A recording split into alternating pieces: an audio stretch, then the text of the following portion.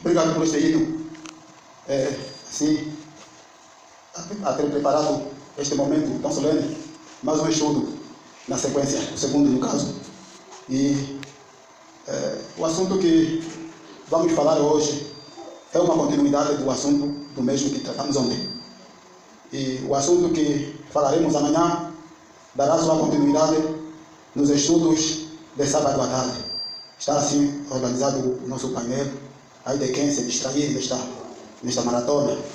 E, enfim, ontem eu já dizia de que os estudos que estamos tendo nos últimos tempos, e mesmo na base dos congressos de reavivamento espiritual, são assuntos que se incidem com as circunstâncias em que o mundo atravessa.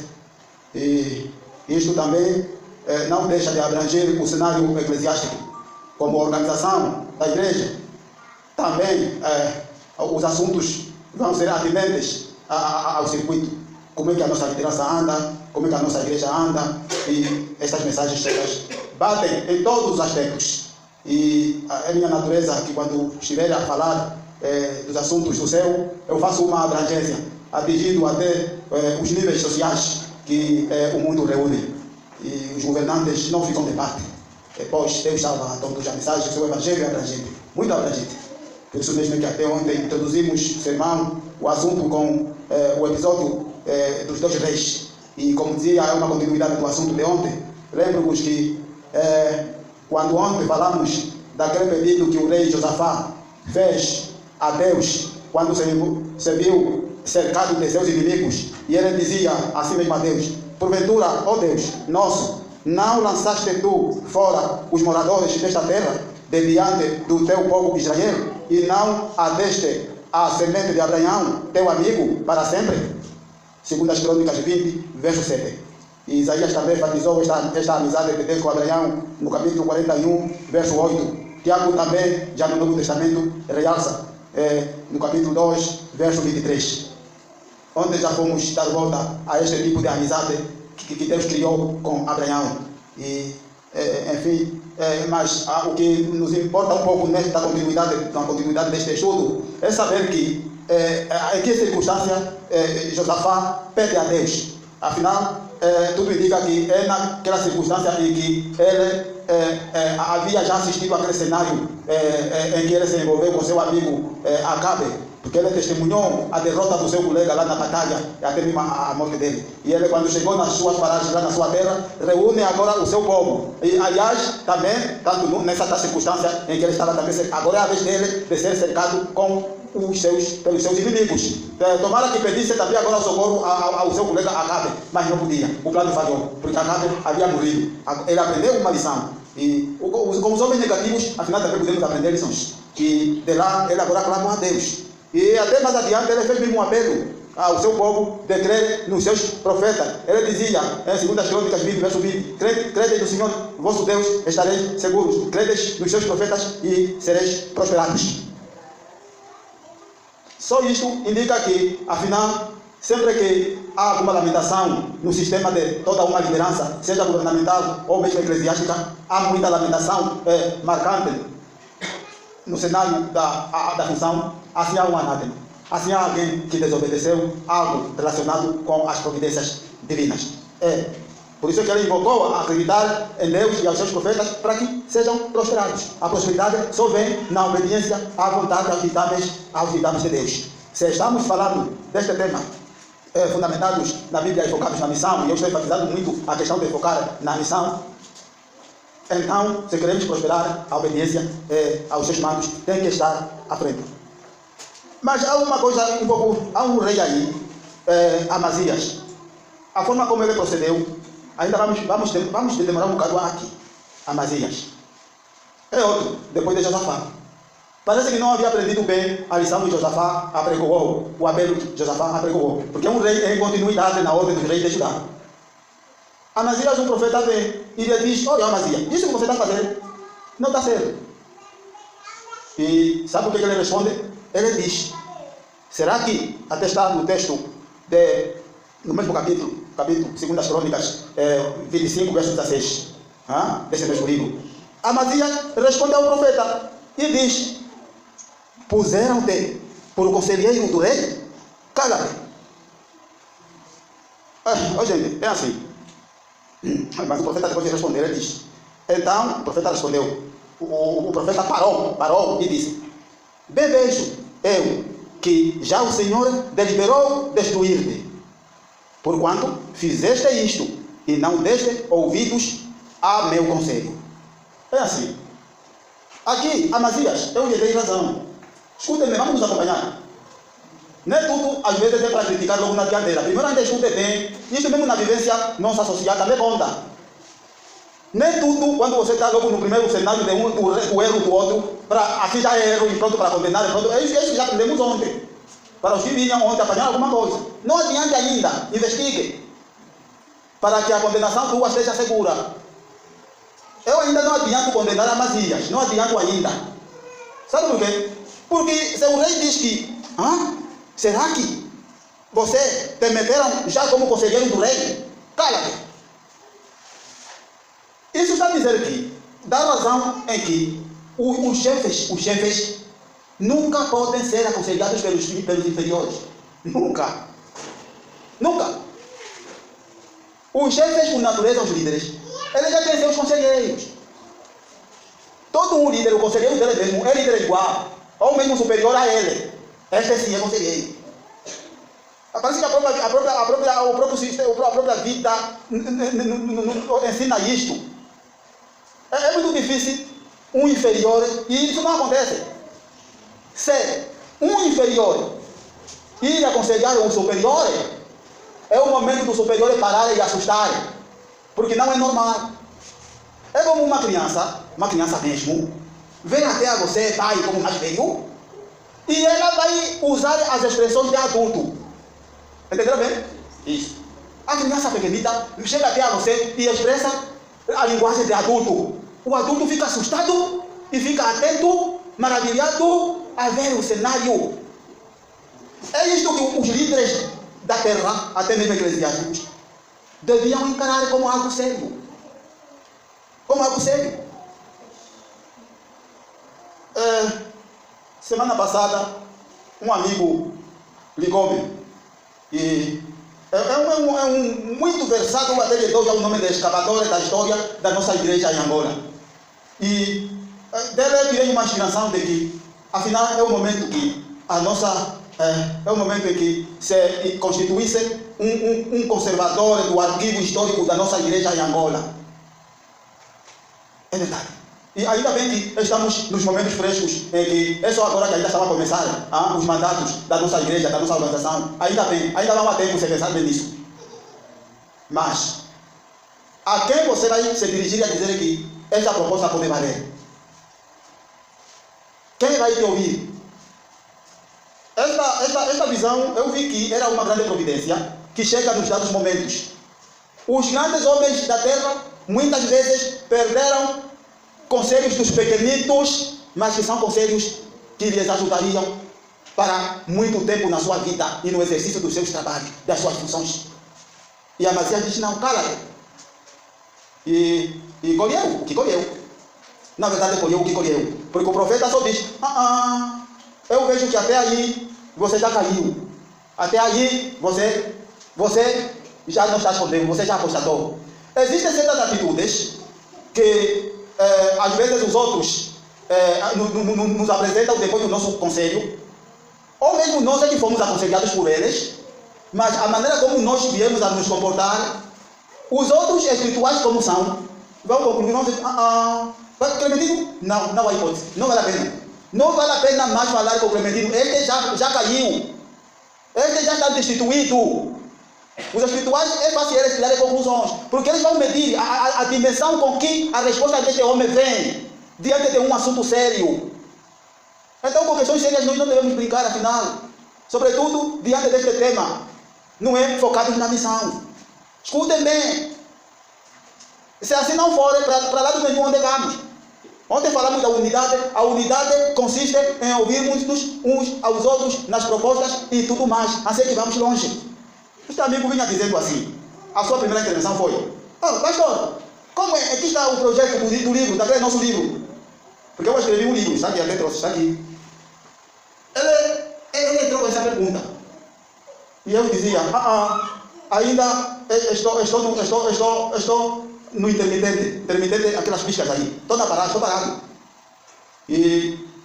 Mas também vi uma providência, porque já dia 18 de abril, o tesoureiro da nossa missão chegou no meu distrito com este livro na mão. E no estudo da tarde ele que encerrou a semana das publicações. E foi uma grande, digo não é coincidência, também providência, porque este livro também já havia saído no ano passado, no mesmo sábado do encerramento de uma semana das publicações. E no mesmo sábado, mais depois de um ano, que é o sábado que encerra as publicações, o tesoureiro da missão, o pastor Chacangela, veio com este livro na mão. Depois de eu nunca mais ter falado sobre ele, porque a gente só falamos, lançamos, mas ainda nos calamos à espera da reação da gente. Nunca mais falei do assunto. E aí ele, de pé para a mão, no seu assunto, ele atira a bomba a dar a importância deste livro. Eu disse, isto é providência. A dizer que o tempo amadureceu para que este livro seja, afinal, consumido de acordo com o seu valor. Porque é um livro que trata do juízo de Deus, ou seja, do tempo da graça de Deus que estamos vivendo aqui na Terra. E o número 928414087 é que facilita para a aquisição desse mesmo livro. O 928414087. O tempo amadurece desta forma assim. E eu dei conta de que o tesoureiro estava falando dentro da providência, porque até é alguém que eu daria o nome de como Zacarias. Zacarias é um homem que deram-lhe o nome de atribuíram-lhe a classificação de um homem entendido nas visões de Deus. Porque ele estava a abrir o seu assunto com uma história que aconteceu com ele. Ele disse assim, num dia deste, eu era delegado, e no meu sermão eu trazia 2 sermões.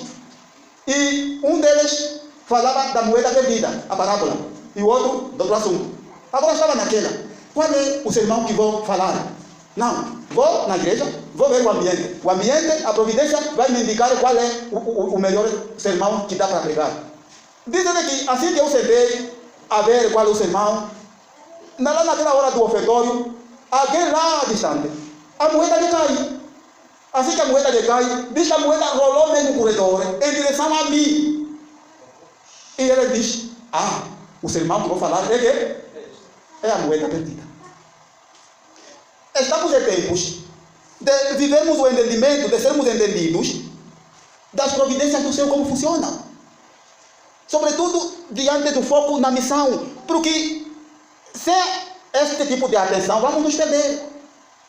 Você acha que Deus dirige o seu povo assim em pessoa? Não. Através de quê? Dos seus sinais. Dos prodígios. O importante é saber como descobrir esses sinais, como eles vêm. É assim. É assim.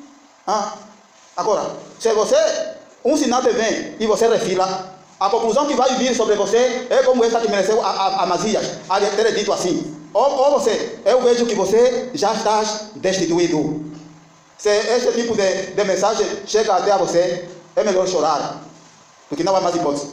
Então, o foco na missão requer, acima de tudo, a obediência escrupulosa aos sinais providenciais divinos bem entendidos. Fundamentados na Bíblia e focados na missão. Sim, a grande prioridade no foco da missão, qual é? A grande prioridade, ela reclama, não é? Por homens que se assentam nos conselhos de Deus. Ela reclama pelos homens que se assentam não somente nos seus próprios conselhos estratégicos de visão humana, mas nos conselhos propriamente de Deus, a respeito do que Deus mesmo lamentou uma vez desta, em Jeremias 23, verso 22, a dizer assim: mas se eles, este eles é que meti para dar reforço, mas se eles estivessem no meu conselho, então fariam ouvir as minhas palavras ao meu povo. E por outras palavras, devia ser assim: se eles estivessem no meu conselho, se fossem homens escolhidos por mim, perceberiam cada sinal de minhas providências e obedeceriam escrupulosamente. É verdade.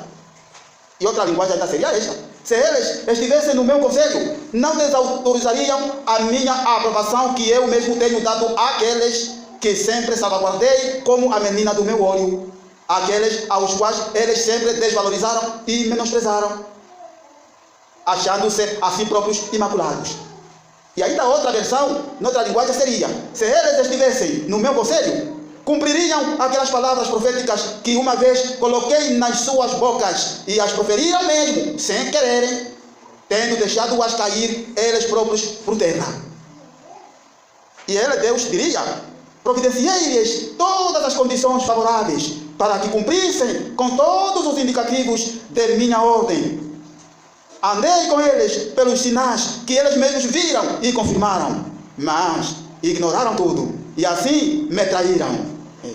Pelo que já os destituí, já os fiz quê? Os destituí, sem saberem, mesmo que continuam brilhando ainda. Olha, esse tipo de lamentação de Deus, assim parafraseado, Deus o faz, esse tipo o faz para tudo aquilo que é desviante à sua vontade. E vamos sendo sinceros, afinal, quando estivermos dentro desse trabalho, dentro da missão em foco, vamos considerar os outros, a missão dos outros, o trabalho dos outros, as empurras, os desvalores e desvalores sobre os outros, isto e aquilo, as fofocas que vimos ontem. Assim não funciona. Até Deus elogia os bons feitos nossos. A Davi, Deus dizia: ó Davi, você fez muito trabalho para mim. O teu trabalho, eu estou admirado com o que você fez. 1 Crônicas 17, verso 16. E Davi espantou, diz: ó Deus, este louvor que o Senhor está me dando é demais. Eu não fiz nada para merecer isso. E que, afinal, ó Deus? Às vezes, os homens de fé não reconhecem o valor dos seus próprios trabalhos, porque eles são reduzidos, eles são simples. Os outros, se você encontra alguém, depois de fazer um determinado trabalho, um determinado feito, ele próprio se gaba mais. Esse não é espiritual, esse não é de fé. Os de fé, os espirituais, eles, tanto que fazem, é tipo que não estão fazendo mesmo nada. Por isso é que, na verdade, Davi fazia algo, mas ele próprio, na sua redução, não estava dando conta de que estava fazendo algo de valor. Então é um conselho que vale para nós também. Façamos o trabalho, mas que deixemos que os outros que se gabem ou que reconheçam esses trabalhos que nós fazemos. Deus fez assim. Deus fez assim. Jesus admirou também a fé do centurião. Lucas 7, verso 1 a 10.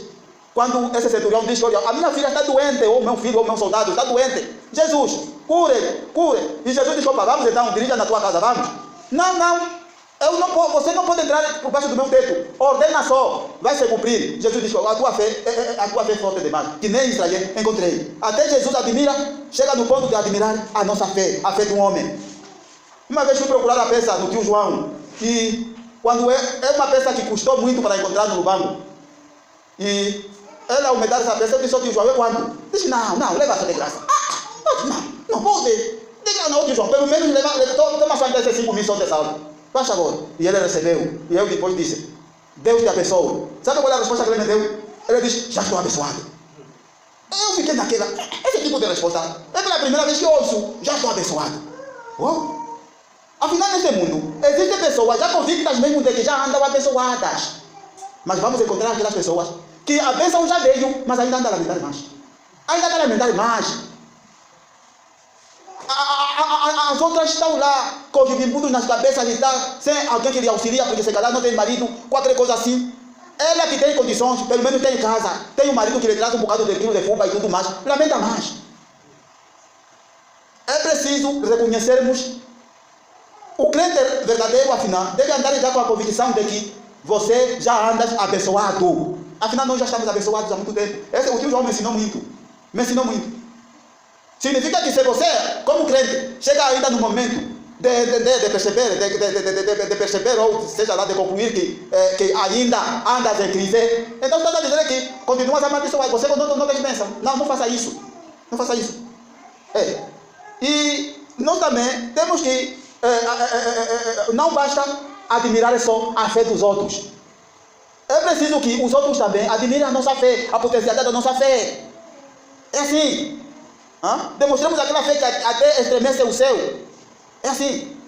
E isso não tem nada a ver com a estatura da pessoa. Alguém que tem cabeça grande, corpo grande, voz grande, eloquente, não sei o quê. E você olha para ele e diz: esse homem tem grande fé. Não é assim. Estamos a falar de uma fé que não tem nada a ver com a estatura da pessoa. É uma fé que se pode rever até em uma criança, até um rapazinho como Davi. Imagine que tipo de fé foi aquela com a qual Davi derrubou Golias. Quando os mais velhos fizeram como? desprezemos as pequeninas coisas, afinal. É verdade.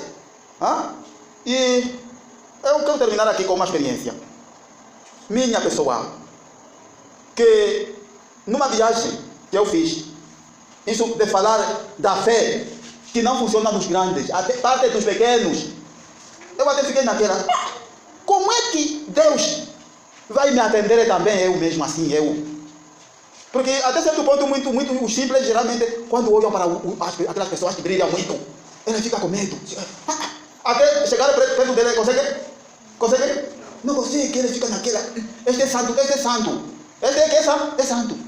Às vezes não é, às vezes não é santo todo ele como você imagina. Se calhar você também é o melhor que ele. Se calhar você é o Davi. Mas o que o Senhor me fez naquele dia, eu não esperava que Deus fizesse aquilo para mim. Também não é assim. Deus exagerou para mim. Porque depois que a moto andou a variar, eu vinha de Caconda para fazer um congresso no Lubangu. A avaria começou lá na Biamba. Eu depois disse nada, e era numa quinta-feira. Isto é prova. Deus, se isto é prova, aumente mais já está prova mesmo ainda. Eu aqui estou disposto para aguentar, isso não é nada para mim. Ainda veja essa pessoa que fala assim. Eu falei assim. Vai, estragou mais. Me raios a partir. Eu disse, aumenta mesmo. Cheguei lá, ultrapassei o topo, depois lá, mais ou menos, lá naquelas meiadas do sol entrou. Eu disse, vou dormir, não é problema. Entro na mata, pronto a dormir. Eu disse, Deus, ainda esta hora, baixa, amanhã é sexta-feira, eu já estou próximo. Aumenta mais até a prova, se é prova mesmo na verdade. Sabe o que aconteceu? Naquela hora, não era tempo chuvoso não. O nosso congresso geralmente aqui na área do Lubango, na época já seca. O céu tornou escuro de uma nuvem, o tipo de nuvem que nunca vi. As nuvens baixaram. Na escuridão eu sozinho ali. E na hora as gotas começam a cair da cabeça, mas aquelas gotas bem grandes. Pum, pum. Eu disse, Deus, por favor, tudo sim, menos isto. Quer dizer, essa expressão, o pastor José Celestino gosta muito de usar essa expressão. E eu recordei essa expressão. Deus, tudo sim, menos isto. E quando eu uso essa expressão, eu vi só uma ventaninha que também nunca vi na história. Quando veio, limpou todas as nuvens de cabine ao Cunene e dormi em paz. Quando chego em casa, o meu irmão diz, o primeiro discurso dele, mano, aqui está muito bem, mas olha, está vendo essa chapa aqui? Eu disse, sim, está vendo, é que é isso aí. Diz, olha, mano, a ventaninha que passou aqui ontem, esta casa você não podia encontrar as chapas aqui. Sabe o que eu lhe respondi? Eu disse, sim, sou eu. Sou quê? Sou eu. Eu estive de viagem, eu dormi na mata sozinho. Escapei de morrer com uma chuva grande. O céu, quando me escuta, a ventaninha que você aqui atingiu, sou eu, meu irmão. Isto é para te dizer que você também pode. Eu vim aqui para te ensinar tudo e mais alguma coisa. Até daquilo que diz respeito à experiência pessoal. Não de se gabar, mas aquela de convivermos juntos na mesma jornada de fé. Focados na missão, isto tem que funcionar com uma fé real. Uma fé que opera. Uma fé que opera. E olha, é assim. Esse tipo de prova, depois você chega no meio e diz assim, Deus, tudo sim, menos isto. Essa expressão não se aplica só diante de uma situação crítica. Não. O homem de fé não faz isso. O homem de fé pode aplicar esta expressão mesmo diante das glórias que aparecem. As glórias são tantas. Glórias do emprego, glórias de promoção, glórias de subir aos cargos. É só você subir. Subiu. Nunca desce. É só você. Olha, ainda reflita. Há uma expressão que diz assim, nem todas as oportunidades são para serem aceitas. Cada cenário que nos envolve, a primeira coisa você pergunta, diga assim, Deus, onde está a prova? Porque em tudo existe prova. Em tudo existe quê? Em tudo existe prova.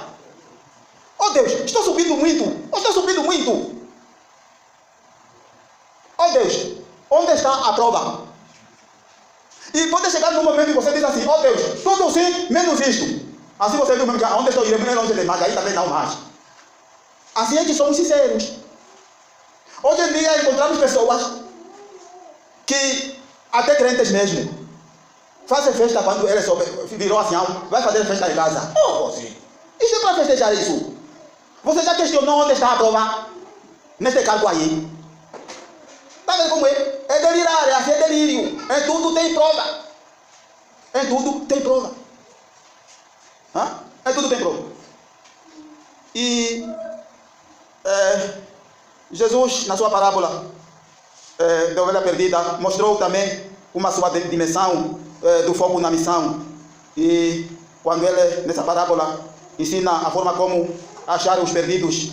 E na igreja temos muitos no cenário de ovelhas perdidas. E eu quero imaginar que o pastor, no dia que lhe perdeu esta ovelha, ele apenas estava orando que pelo menos encontrasse esta ovelha morta. Encontrasse esta ovelha quê? Morta. Viva já não. Que pelo menos encontrasse esta ovelha morta para merecer a certidão de óbito. É como a inundação de água, você escuta o outro foi com água. A oração vai encontrar a pessoa que vive morta. Porque já se sabe que já não vive mais. Qual não foi a surpresa? O pastor encontra a ovelha não morta, mas a ovelha que é viva. Esta é a condição de muitos membros da nossa igreja. E o apelo desta noite é: você é ovelha perdida sim, mas não se deixe morrer. Não se deixe quê? Não se deixe morrer. Persevere. Sobreviva. Para que os outros te encontrem vivo, não morto. E porque existem alguns problemas espirituais na igreja. Você olha para o tipo de problema, tipo não tem mais solução, tipo não tem mais solução. Mas às vezes, a solução é mesmo você. Só que você está sentado de morto. Só que você está sentado de quê? De morto ou morta. Não faz isso.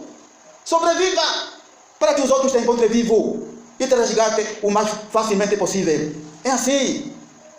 É assim. E também amar a missão é abdicar muitas coisas, abandonar muitas coisas, os privilégios e tudo mais. Tudo aquilo que você acha que isso embaraça a minha vocação para a missão é abandonar. Mesmo para a salvação de Deus implica abdicar muita coisa. Jesus, há uma passagem na Bíblia, há um conselho de Jesus, quando dizia que se o teu olho acha que tem impede entrar no reino de Deus, faça como ainda? Fura o teu olho. Homens, se você acha que é o adultério que vai te impedir ganhar o reino dos céus, homem, faça como afinal? Tira fora. Tira fora mesmo. Esse é o grande desafio. Esse é o grande desafio. E espero que falei o suficiente. Ai de que não ouviu. Amanhã daremos continuidade. Já é com aquele tema que eu falei de que dará continuidade no estudo de sábado, nos estudos de sábado à tarde. E vocês têm que me priorizar, porque eu vim para isto. Os congressos geralmente costumam atrapalhar os delegados. Sejam maduros para entender o cenário e o momento. Que Deus nos abençoe. Até amanhã.